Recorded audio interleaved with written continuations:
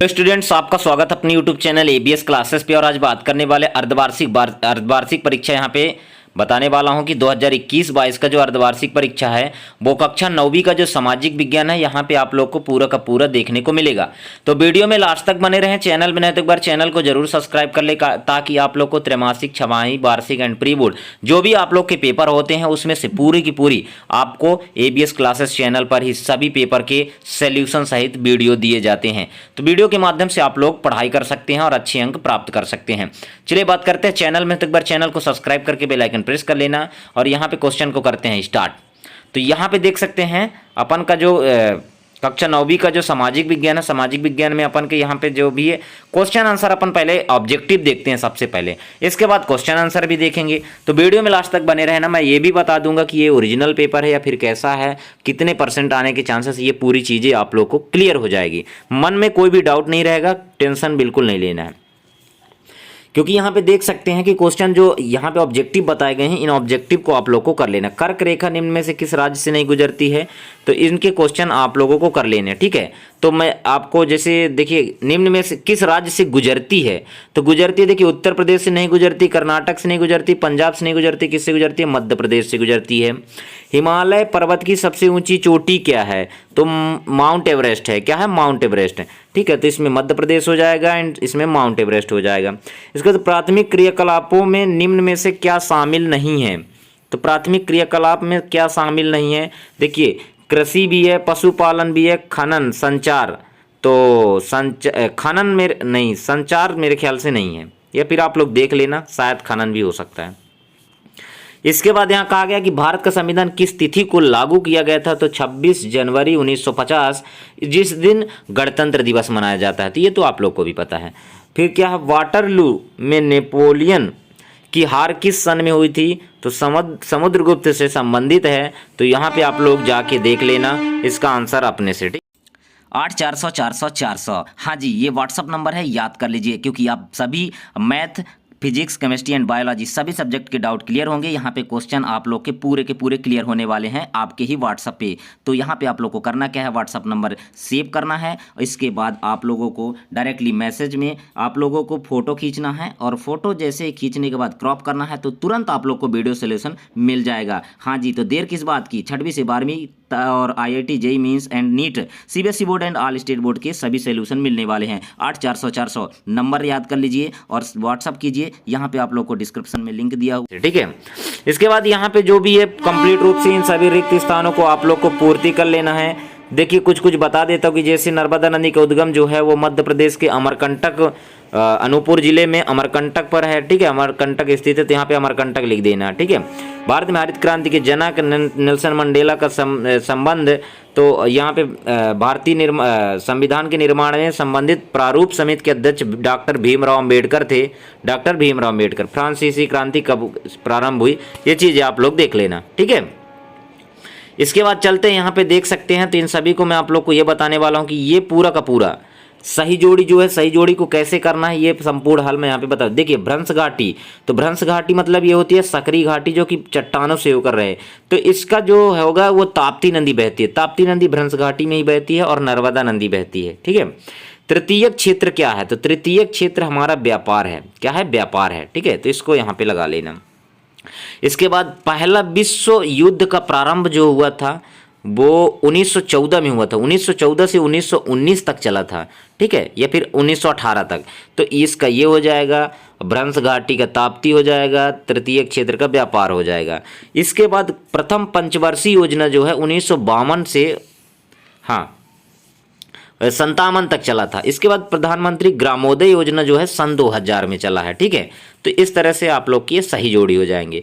इसके बाद चलते हैं प्रश्न नंबर 4। प्रश्न नंबर 4 में देखेंगे भारत का एकमात्र सक्रिय ज्वालामुखी किस द्वीप पर है, तो इसको आप लोग देख लेना। इन सभी को कंप्लीट रूप से ये जो भी है, ठीक है, तो इन सभी का आंसर आप लोग देख लेना।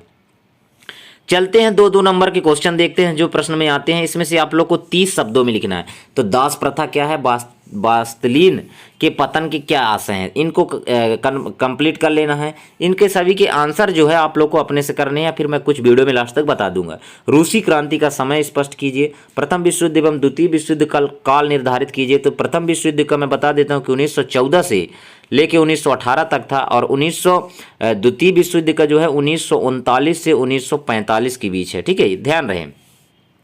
इसके बाद चलते हैं, गृह युद्ध से क्या तात्पर्य है। क्रांतिकारी महिला ओलंप दे गूंज का संक्षिप्त जीवन परिचय दीजिए।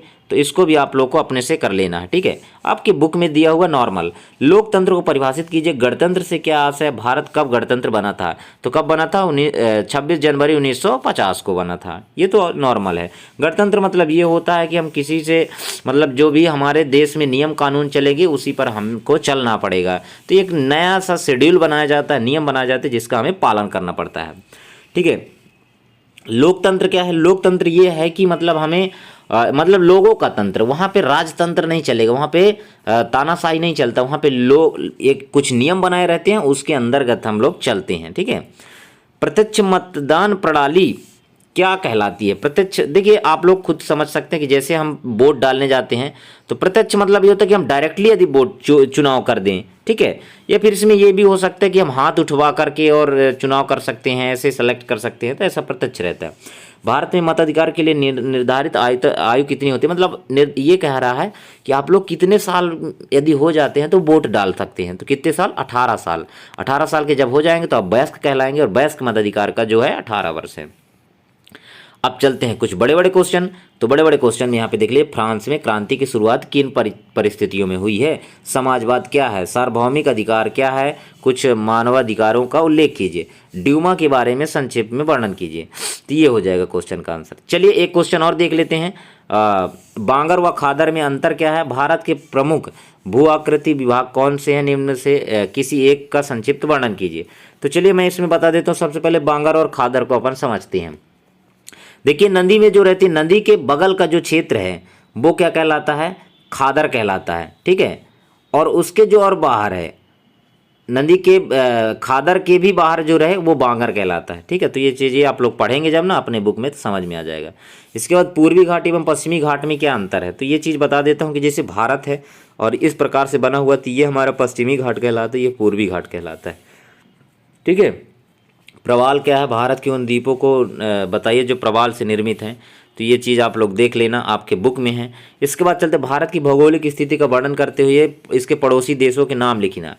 तो पड़ोसी देश कौन कौन से, जैसे ये हमारा भारत बन गया, और ठीक है, तो भारत इस प्रकार से मान लीजिए बन गया है। तो यहाँ पे देखेंगे पाकिस्तान है, इधर अफगानिस्तान है, इधर चीन है, यहाँ पे बांग्लादेश है, यहाँ पे म्यांमार है, और यहाँ श्रीलंका है। तो ये हमारे पड़ोसी देश कहलाएंगे। तो इनको आप लोग लिख देना। भारत को उपमहाद्वीप की संज्ञा भी दी जाती है, क्यों। तो इसका भी जो है, तो इसका आंसर आप लोग देख लेना। भारत के उत्तरी मैदान का वर्णन करना, हिमालय पर्वत श्रृंखला का वर्णन। ये थोड़ी सी बड़े बड़े क्वेश्चन हैं, तो आप लोग इनको बताने के लिए मैं इतना बता भी दूंगा तो कोई फर्क नहीं पड़ेगा, इसलिए आप लोग को अपने बुक से पढ़ लेना। फिर क्या है, वोल्शेविकों ने अक्टूबर क्रांति की बाद कौन से प्रमुख परिवर्तन किए। 18वीं सदी के उत्तरार्ध के फ्रांसीसी समाज की दशा का वर्णन करना है। डायरेक्टरी के शासन से क्या अभिप्राय है, ये कहाँ और क्यों लागू किया गया था, ये क्वेश्चन है। इसके बाद रूस के सामाजिक, आर्थिक और राजनीतिक हालात 1905 से पहले कैसे थे। तो इसको भी आप लोग को देख लेना, बहुत ही अच्छे क्वेश्चन है। भारतीय संविधान की प्रस्तावना के प्रमुख बिंदु को वर्णन करना है। तो बिंदु जो भी आप लोग को दिए गए हैं उन सभी बिंदुओं को आप लोग को यहाँ पे कंप्लीट कर लेना। ठीक है, इसके बाद संविधान का गठन कैसे हुआ, कितना टाइम लगा, समिति, ये चीज़ें यहाँ पे इस पे लिखना। निर्वाचन आयोग के प्रमुख कार्य क्या क्या हैं उसको भी आप लोग को करना। स्वतंत्र एवं निष्पक्ष मतदान स्वतंत्र लोकतंत्र की आधारशिला है, इसको आप लोग को स्पष्ट करना है। इसके बाद बेरोजगारी क्या है, जो कि अभी फैली हुई है सबसे ज़्यादा भारत में। तो बेरोजगारी के विभिन्न प्रकारों को, किस प्रकार से लोग बेरोजगार हैं उसके पूरे प्रकार भी लिखना है। ठीक है, व्यवसायिक क्रियाकलापों के विभिन्न प्रकारों का विस्तृत वर्णन भी कर देना है। नेपोलियन के उदय को कैसे समझा जा सकता है, या फिर 1917 में जार का शासन क्यों खत्म हो गया। ये जब आप पढ़ेंगे अपने बुक में तो अच्छे से एकदम से क्लियर समझ में आ जाएगा। और मैं एक चीज़ बता देता हूँ कि यदि 5 नंबर का है तो आप लोग को 150 शब्द में लिखना है। 5 नंबर का है तो कितने शब्द में 150, यदि 4 है तो 120 शब्द में लिखना है 4 नंबर का। तो आप लोग इसका ध्यान रखेंगे, इन सभी क्वेश्चनों को तैयार करके जाना है। एक क्वेश्चन है, हिंद महासागर में भारत की केंद्रीय स्थिति से इसे किस प्रकार का लाभ हुआ है। ठीक है, हिमालय पर्वत का भारत के लिए क्या महत्व है। तो आप लोग समझ सकते हैं, हिमालय पर्वत जैसे है तो इधर से जो भी मतलब हवा आती, वायु ज़्यादा, तो इधर हमारे नुकसान नहीं पहुंचता। ठंडी शीतोष्ण टाइप के आते हैं तो हमारे देश में कोई ज़्यादा प्रभाव नहीं पड़ता, रोक लेता है इधर से हिमालय, तो ऐसा कुछ रहता है। तो ये जो थोड़ा सा बड़ा है तो आप लोग को बिल्कुल पढ़ाई कर लेना। तो आई होप आप लोग को यहाँ पे कंप्लीट रूप से समझ आ गया होगा। अब चलिए बात करते हैं, इसमें मैं एक चीज़ ये बता देता हूँ कि इन सभी क्वेश्चन के मैं आंसर भी ऑब्जेक्टिव तो बता चुका हूँ, कुछ कुछ जो है वो अपने से कर लेना, बाकी इसके फुल सोल्यूशन के न्यू वीडियो आ जाएगा बहुत जल्द। इसमें ये बता देता हूँ सबसे पहले कि इन सभी प्रश्नों को बिल्कुल तैयार करके रखना है और साथ साथ में अदर भी पढ़ाई करके ही जाना है, पढ़ाई करके ही जाना है अदर भी, क्योंकि आप लोग के यदि ये क्वेश्चन कुछ कम फंसते हैं तो फिर दिक्कत हो जाएगी। ठीक है, तो ये चीज़ें कंप्लीट हो जाएगा। वीडियो कैसा लगा लाइक करके दोस्तों में शेयर कर देना और कमेंट जरूर करके बताना कैसा लगा। ठीक है, आई होप आप लोग अच्छे होंगे, उम्मीद है कि पढ़ाई करते होंगे। मिलते हैं नेक्स्ट वीडियो पे, तब तक के लिए जय हिंद, वंदे मातरम। एक चीज़ बता देता हूँ, चैनल में यदि नया हो तो सब्सक्राइब जरूर कर लेना। क्यों?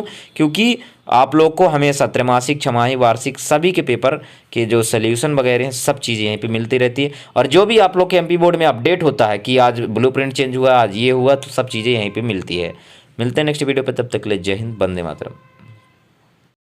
यदि वीडियो पसंद आया हो तो लाइक करना ना भूलें, सब्सक्राइब करें एबीएस क्लासेस के यूट्यूब चैनल को और लेटेस्ट अपडेट पाने के लिए बेल आइकन को प्रेस जरूर करें। और अब अपनी तैयारी करें अंकित सर के साथ घर बैठे।